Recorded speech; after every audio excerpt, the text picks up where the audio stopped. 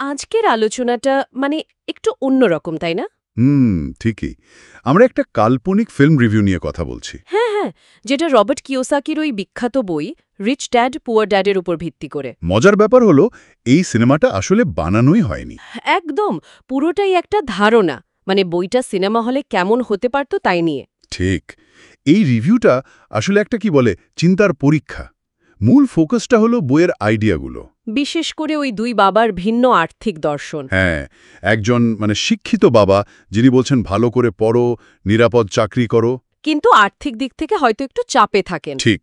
আর অন্যজন হলেন বন্ধুর বাবা, উদ্যোক্তা, যিনি শেখাচ্ছেন আর্থিক স্বাধীনতা, বিনিয়োগ, এইসব। পর্যালোচনা বলছে এই কাল্পনিক সিনেমার গল্পটা নাকি হাওয়াইতে সেট করা, 60-70 দশক। ও আচ্ছা, পুরনো সময়। হ্যাঁ, সেখানে তরুণ রবার্ট দেখছে তার নিজের বাবা আর বন্ধুর বাবার একদম উল্টো দুটো জগৎ। নিজের বাবা মানে পোর ড্যাড বলছেন ভালো রেজাল্ট করো, ভালো চাকরি পাও। একদম চিরাচরিত ভাবনা। আর অন্যদিকে রিচ ড্যাড শেখাচ্ছেন টাকার আসল ব্যবহার, টাকা কিভাবে কাজ করে, কিভাবে টাকা দিয়ে টাকা বানানো যায়। আর ওই অ্যাসেট লায়াবিলিটির পার্থক্যটা বুঝলেন, কোনটা টাকা আনে কোনটা নিয়ে যায়। হ্যাঁ, বইটার খুব জরুরি একটা পয়েন্ট ওটা। এই দুই দর্শনের টানাপোড়েনটাই নাকি ফিল্মের মূল আকর্ষণ। এই কাল্পনিক ফিল্মটার আর কি কি দিক তুলে ধরা হয়েছে পর্যালোচনায়? পর্যালোচক কয়েকটা মূল থিমের কথা বলেছেন, যেমন ধরুন আর্থিক শিক্ষার গুরুত্ব, যেটা আমাদের স্কুল কলেজে প্রায় পাওয়াই যায় না। একদম। আর ওই চাকরিজীবীর বনাম উদ্যোক্তা মানসিকতার তফাতটা, এটাও খুব গুরুত্বপূর্ণ। প্রচলিত নিরাপদ চাকরির ধারণাটা যে সবসময় ঠিক না। সেটাই, অনেক সময় এটাই আর্থিক স্বাধীনতার পথে বাধা হয়ে দাঁড়ায়। আর রবার্টের ভেতরে দ্বন্দ্বটার কথাও নাকি বলা হয়েছে। হ্যাঁ, খুব সুন্দরভাবে।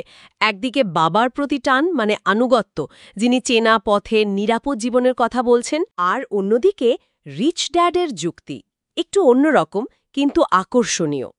আর্থিক স্বাধীনতার পথ, এই মানসিক টানাপোড়েনটা চরিত্রটাকে নাকি বেশ জীবন্ত করে তুলেছে।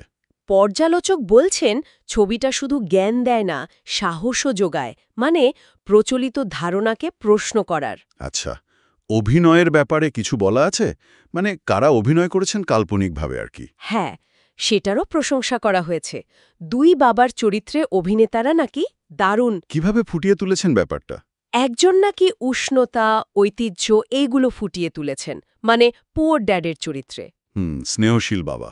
আর রিচ ড্যাডের চরিত্রে যিনি, তার মধ্যে নাকি আত্মবিশ্বাস, প্রজ্ঞা, ব্যবসায়িক বুদ্ধি এইসব ফুটে উঠেছে। বাহ। আর তরুণ রবার্টের চরিত্র? তার চরিত্রটাও নাকি খুব বিশ্বাসযোগ্য হয়েছে, দ্বিধা, উচ্চাকাঙ্ক্ষা সব মিলিয়ে। নির্মাণশৈলী নিয়েও তো কিছু বলার কথা। হ্যাঁ, বলেছে। যেমন ধরুন ফ্ল্যাশব্যাক, ভয়েস ওভার ন্যারেশন ব্যবহার করা হয়েছে গল্প বলার জন্য।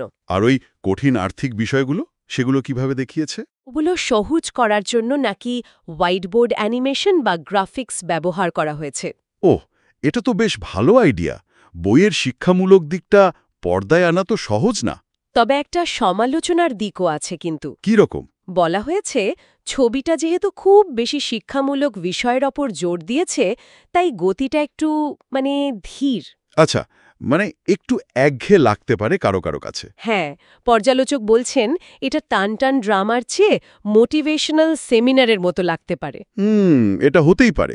শিক্ষামূলক বিষয়কে বিনোদনের মোড়কে আনাটা তো একটা চ্যালেঞ্জ। ঠিক, তবে বইটাও তো অনেকটা ওই ঘরানারই। হ্যাঁ, তা ঠিক। কিন্তু মূল উদ্দেশ্য যদি হয় চিন্তা ভাবনা বদলানো, তাহলে হয়তো এই ধীর গতিটা মানা যায়। পর্যালোচকও তাই মনে করেন।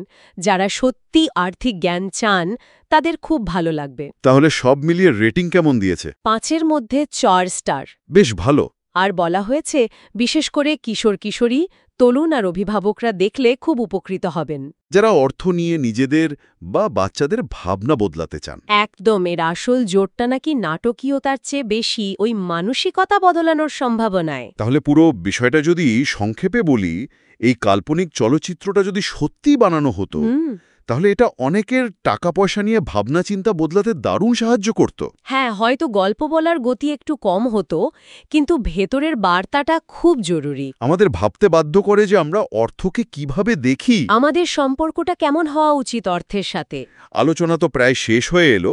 এই কাল্পনিক রিভিউটা নিয়ে কথা বলে একটা প্রশ্ন মনে আসছে। বলুন। এই যে আর্থিক নিরাপত্তা, এটা আসলে কি?